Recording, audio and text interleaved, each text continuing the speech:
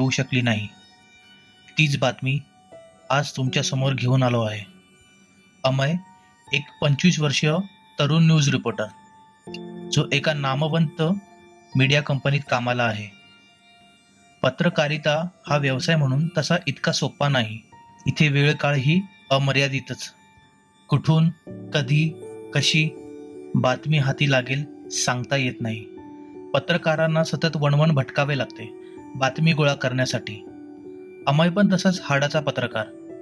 वेळ पडली तर अवघड तितक्या परिस्थितीतून बातमी घेऊन येणारा. भीती काय असते हे तर अमयला माहीतच नव्हते.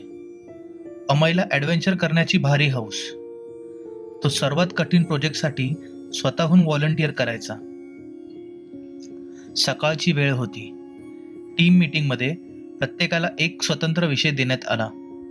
त्यावर प्रत्येकाने स्वतंत्र काम करून एक रिपोर्ट सबमिट करायची होती.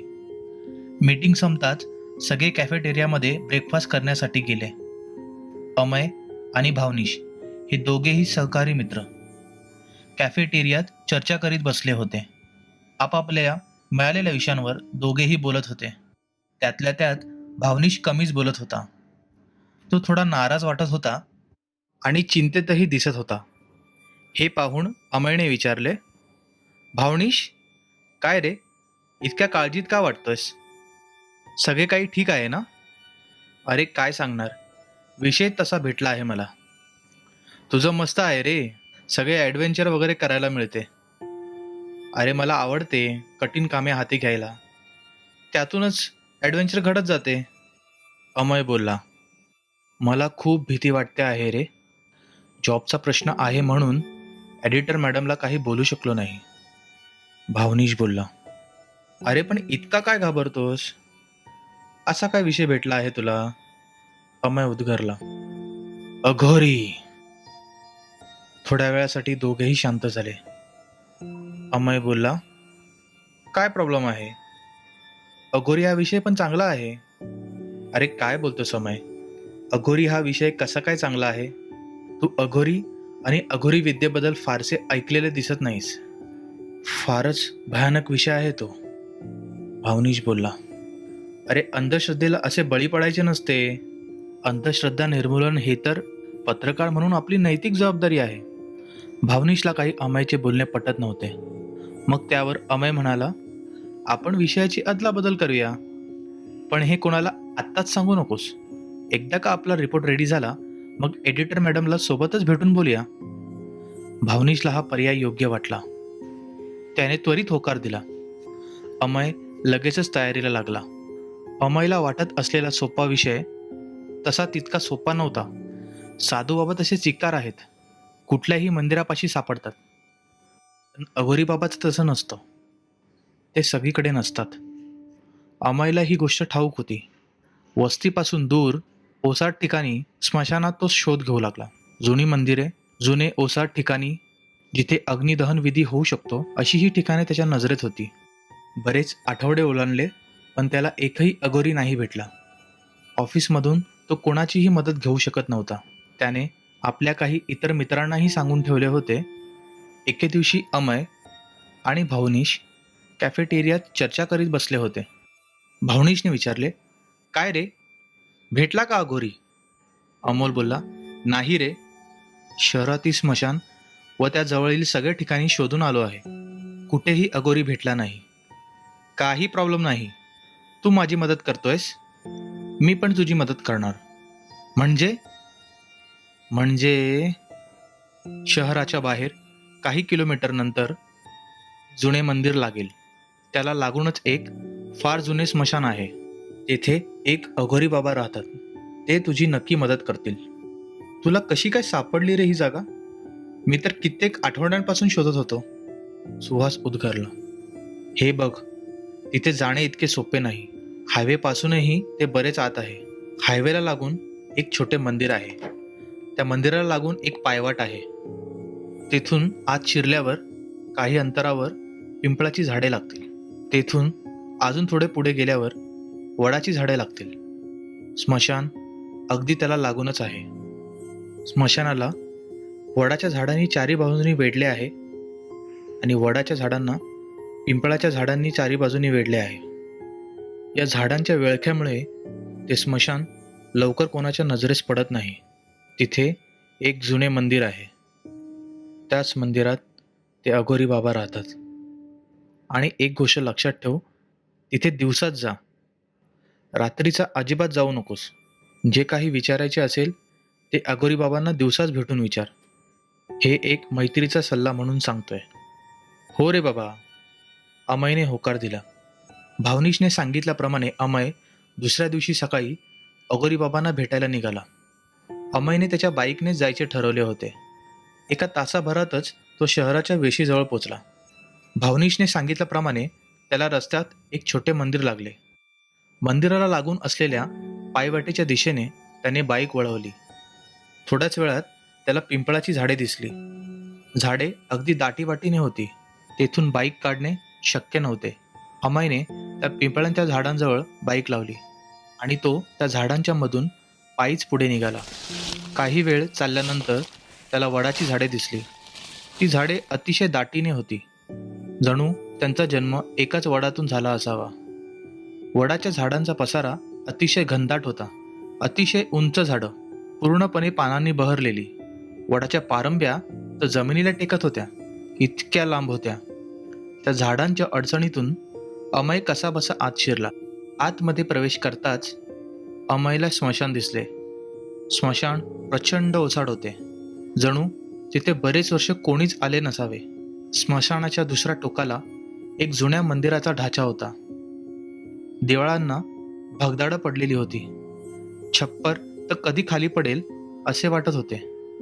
एकंदर मंदिराचा ढाचा तसा शेकडो वर्ष जुना होता. अमय तसा ॲडव्हेंचर करण्यात तरबेज होताच, त्यामुळे या सर्व दृश्यांना तो घाबरत नव्हता. स्मशान ओलांडून तो त्या मंदिरापाशी गेला. मंदिराच्या दारात उभा राहून त्याने आवाज दिला, कोणी आहे का? कोणी आहे का?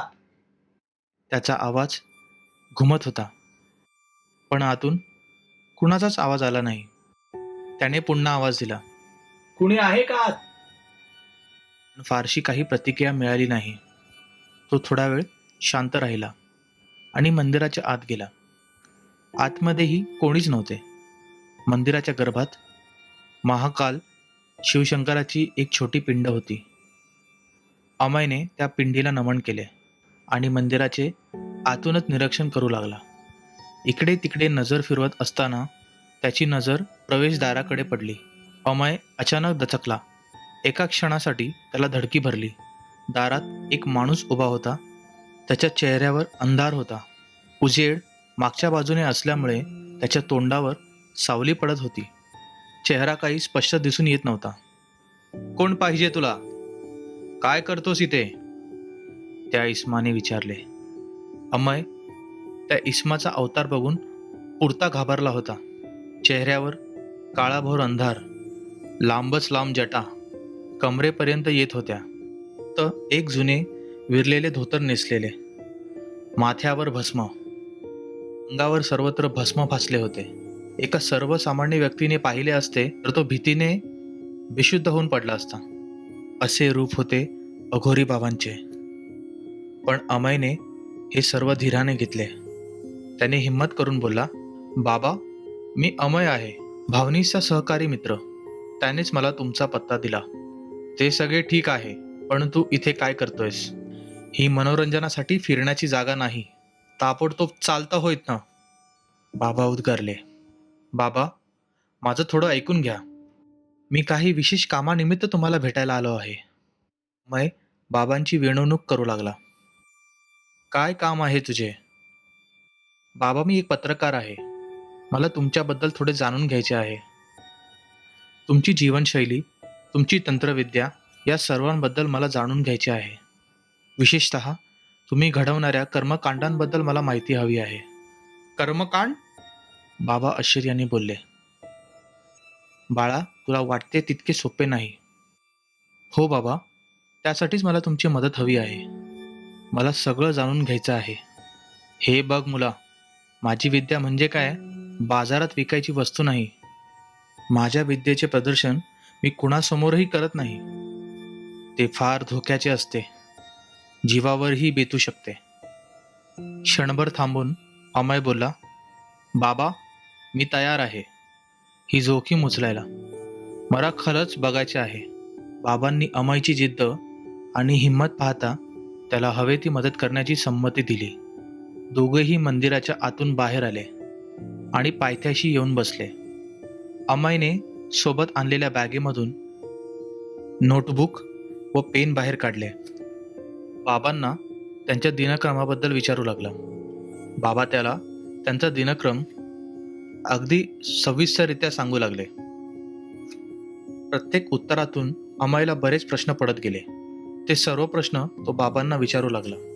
बाबाही त्याच्या सर्व प्रश्नांची उत्तरे देत गेले. दोघांच्या संभाषणात बराच वेळ निघून गेला. सायंकाळ होणार होती. ऊन मावळू लागले होते, पण अमयचे प्रश्न काहीच संपत नव्हते. बाबांना वेळेचे पुरते भान होते. त्यांनी अमयला थांबवले आणि बोलले, बाळा, पुरे झाले आजच्यासाठी. तुला आता निघायला हवे. अंधार पडण्याच्या आत येथून निघून जा. बाबा, शेवटचा प्रश्न. तुमच्या एका अधिष्ठानामध्ये मला सामील कराल का? मला ते रेकॉर्ड करायचे आहे. फक्त एवढी शेवटची मदत करा.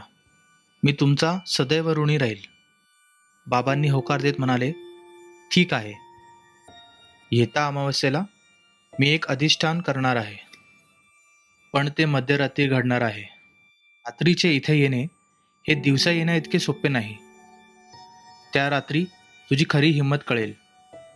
मी देणाऱ्या सूचनांकडे व्यवस्थित लक्ष दे. सूचना देत बाबांनी अमयच्या हातावर एक काळा धागा बांधला. अमयलाही काही हे आवडले नव्हते, तरी पण त्याने विरोध न करता धागा बांधून घेतला. महाकाल तुझं रक्षण करो, असे म्हणत बाबांनी अमयचा निरोप घेतला. अमय बाबांना नमन करून तेथून बाहेर निघाला. तो त्या दाटीने वाढलेल्या वडांच्या झाडांमधून बाहेर पडू लागला.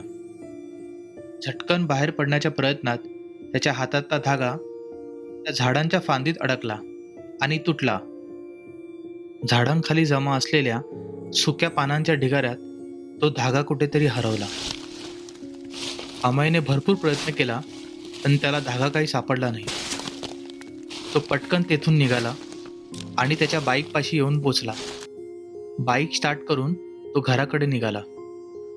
अमय तेथून निघाला तर खरा, पण त्याच्या मनात एक विचित्र चलबिचल चालू होती. अघोरी बाबांचा चेहरा त्याच्या नजरेसमोरून काही जात नव्हता. त्यांचे भस्माने भरलेले शरीर, त्या लांबच लांब जटा त्याचे लक्ष वेधून घेत होते. अमय घाबरला नव्हता, पण तो मनातून पूर्णपणे अस्वस्थ झाला होता. असेच बरेच दिवस पालटून गेले. नेहमीप्रमाणे अमय तयार होऊन ऑफिसला जाण्यासाठी निघाला.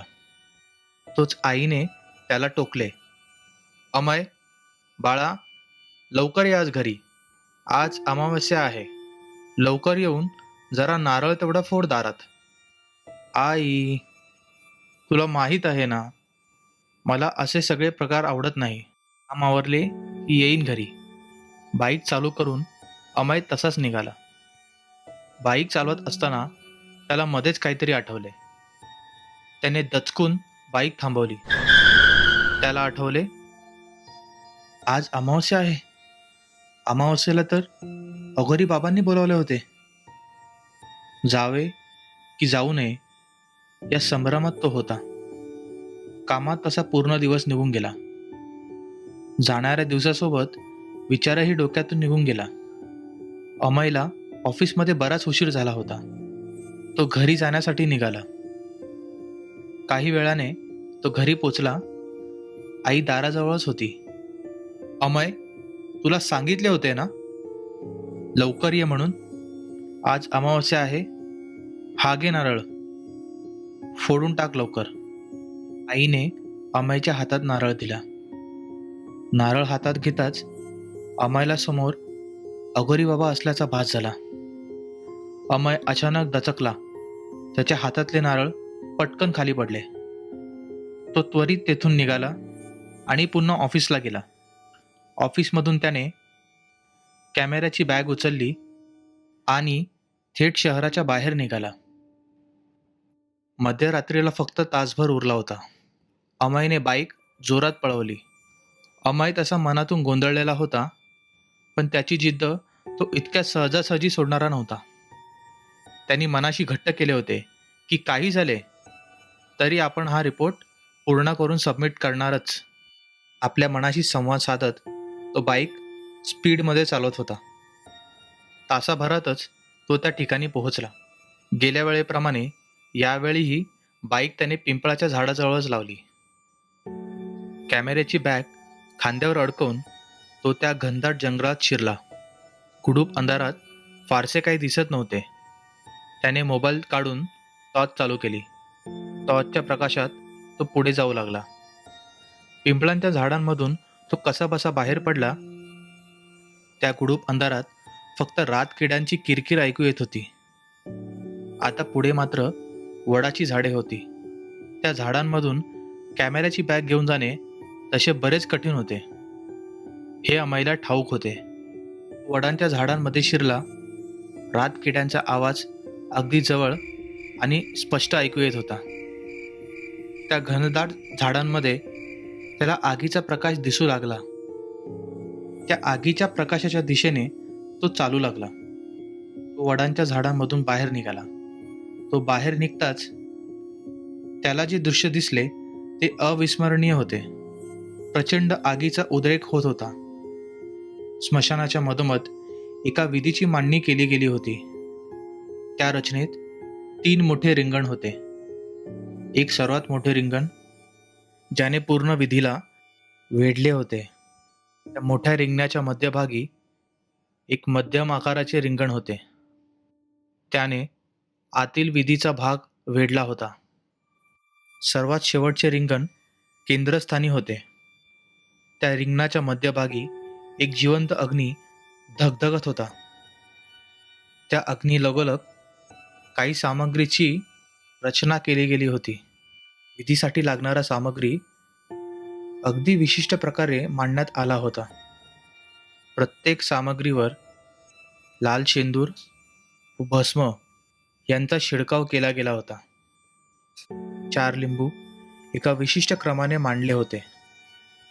त्या लिंबांसमोर 4 वाट्या ठेवण्यात आल्या होत्या. एका वाटीत चिकनचे तुकडे ठेवले होते. दुसऱ्या वाटीत कुरमुरे ठेवले होते. तिसऱ्या वाटीत मटणाचे तुकडे ठेवले होते. आणि चौथ्या वाटीत मात्र लाल बुंद रक्त सांडवलेले होते. हे पूर्ण दृश्य प्रचंड भयानक होते. परंतु अमय स्थिर होता. तो बाबांच्या समोर गेला आणि म्हणाला, अघोरी बाबा, मी आलो आहे. बाबांनी त्याला हात दाखवून थांबवले. ते सतत मंत्रांचा जाप करत होते. अमयने त्वरित आपल्या बॅगेमध्ये ठेवलेला कॅमेरा काढला आणि त्या पूर्ण दृश्याचे चित्रीकरण सुरू केले. त्या क्षणातला प्रत्येक बारकावा तो कॅमेऱ्यामध्ये टिपण्याचा प्रयत्न करत होता. तितक्यात बाबा त्यांच्या स्थानावरून उठले आणि त्यांनी एक नवीन रिंगण तयार केले. रिंगणाच्या मध्यभागी एक खिळा ठोकला.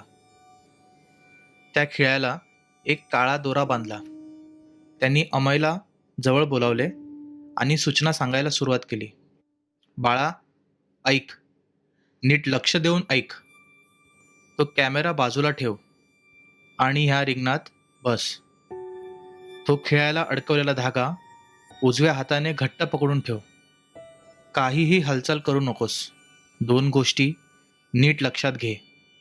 काहीही झाले, म्हणजे अगदी काहीही झाले, तरी पण हा धागा सोडायचा नाही. कोणीही बोलावले, अगदी मी सुद्धा, तरीही विधी चालू असताना या रिंगणातून बाहेर पडायचे नाही. अमयने सूचना व्यवस्थित ऐकल्या आणि कॅमेरा विधी चालू असलेल्या दिशेने लावला आणि चित्रीकरण चालू केले. सूचनाप्रमाणे त्याने रिंगणात प्रवेश केला आणि खाली बसला. त्याने उजव्या हाताने खिळ्याला बांधलेल्या धाग्याला घट्ट धरून ठेवले. अमय शांतपणे विधीकडे एकटक बघत होता. अघोरी बाबांनी विधीला सुरुवात केली. त्यांनी पूर्ण अंगाला भस्म फासले होते. माथ्यावर एक लाल टिळा होता. त्यांचे डोळे आगीमुळे अगदी लाल बुंद दिसत होते. जणू त्यांच्या डोळ्यातूनच आग निघत होती. त्यांनी मंत्रांचा जाप मोठ्याने सुरू केला होता. मंत्रांचा आवाज पूर्ण स्मशानात घुमत होता. त्यांनी हातात एक वस्तू घेतली. तिला भस्मात बुडवून त्यावर लाल शेंदूर टाकला. त्यांनी ती वस्तू हातात ठेवून मंत्रांचा निरंतर जाप सुरू केला. त्यांनी झटक्याने ती वस्तू आगीत टाकली. ती वस्तू आगीत पडताच आग प्रचंड भडकली. त्यानंतर त्यांनी त्या आगीत भस्म टाकले.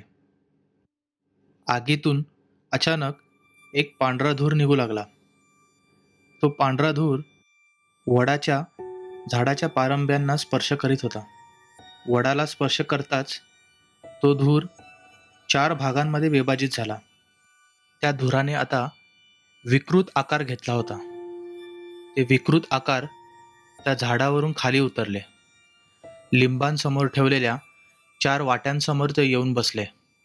ते विकृत आकार दुसरे कोणी नसून भूत आहेत हे अमयला कळून चुकले होते. ते भूत त्या वाटीतून खाऊ लागले. हे भयानक दृश्य पाहून अमयचा थरकाप उडाला.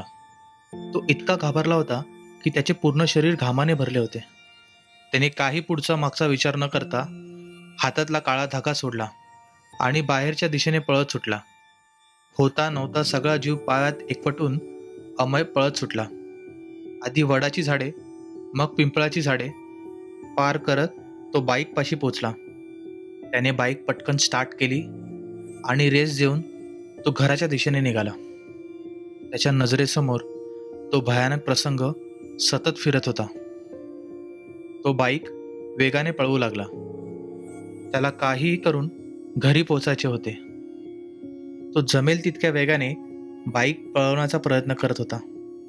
अमयला बाईक नेहमीपेक्षा जास्त जड जाणवत होती.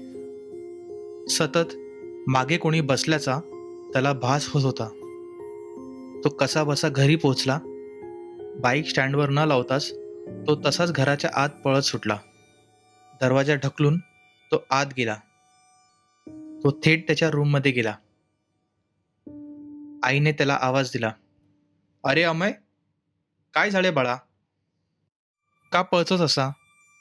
काही झाले आहे का?" त्याने आपल्या रूमचा दरवाजा बंद करून घेतला.